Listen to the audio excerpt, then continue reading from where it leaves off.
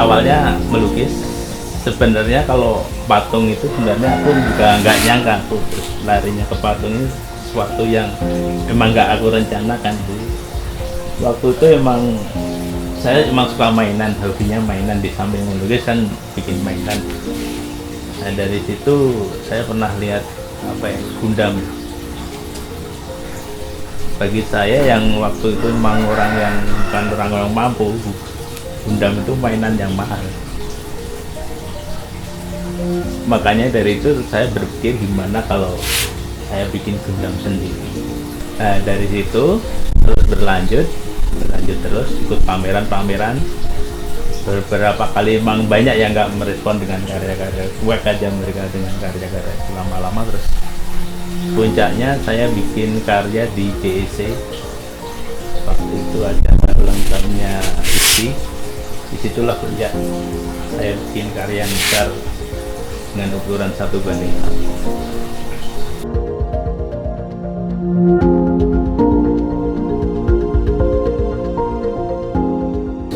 Dimana harus bisa berproses untuk menciptakan sebuah karya, dan dia harus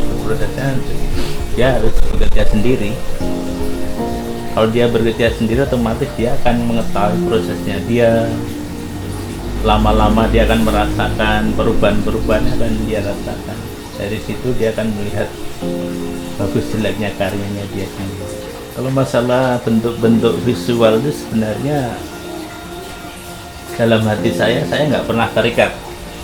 Jadi itu menurut aku aku mau bikin apa ya terserah aku. Jadi aku nggak ada ikatan kayak terpengaruh orang harus bikin itu, harus bikin ini itu, enggak. Jadi aku menurut hatiku, aku pengen bikin ini ya sudah aku bikin ini. Terus tinggal aku cari referensi, mungkin mau bikin mesin, cari referensi mesin, bikin jenis peralatan ini ya cari peralatan ini. Cerita itu biasanya dia berkembang sendiri dari masyarakat, itu dia membenang karyaku ya udah, dia akan bercerita sendiri dengan imajinasinya dia.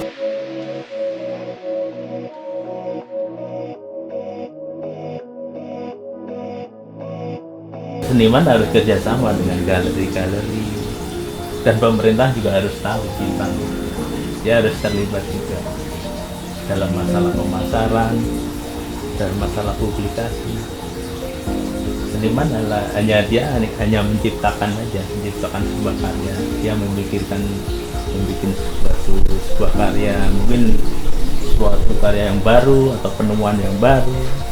Sebenarnya kan seniman itu dia diciptakan untuk menjadi seorang penemuan, sehingga menjadi sesuatu yang yang belum pernah orang lihat, dan itu menjadi sebuah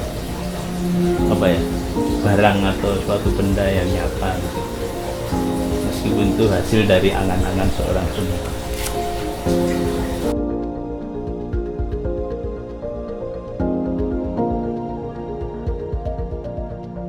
Seniman murni itu harus kita bikin sendiri, menciptakan sendiri, merasakan sendiri dari proses awal sampai akhir, sampai jadi, sampai finishing. Itulah baru kita menjadi seorang seniman murni yang merasakan proses, dan kita akan puas waktu karya itu akan dipamerkan atau sudah dipamerkan.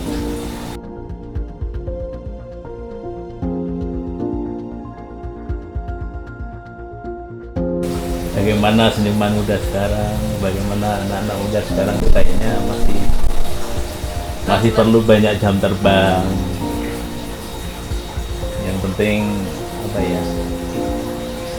jangan berpikir untuk menjadi seniman itu instan, tapi harus berproses dari awal. Itu memang harus dilewati. Kalau dia udah bisa menciptakan karya, baru dia berkomunikasi dengan orang.